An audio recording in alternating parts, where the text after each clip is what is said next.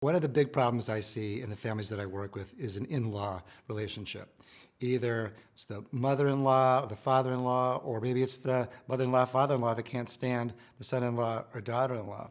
And when people get married, it's really like bringing two separate cultures together. Even if they're the same social class, ethnicity, and language, when you bring together two families, you're really like bringing together two different tribes. Sometimes it works extremely well, and sometimes it goes terribly. So it's very important that if you have a complaint, let's say if you're the mother-in-law or daughter-in-law, that you have a complaint about who your kid married, first of all, that you don't voice it.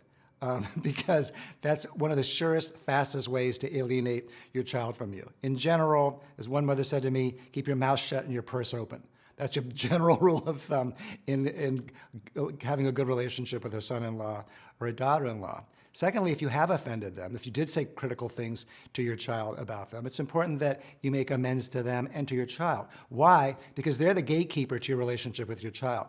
If your son-in-law or your daughter-in-law doesn't like you, the probability of you seeing your grandkids or even your son or daughter goes way, way down. It's just the way that it works. So you really want to be very, very mindful of that gatekeeper role that your son-in-law or daughter-in-law is in. Now, let's say you're the son-in-law or daughter-in-law and you hate who your husband's or wife's parents are. I mean, you can complain to your spouse about that. I recommend that if you're going to do it, that you do it in a loving way, so that you don't put your spouse in the middle. They may feel a sense of relief if you're voicing complaints they've always had but couldn't voice. But they may also feel completely disloyal to their parent to hear how much you hate them. So you may have to manage those feelings in a different way.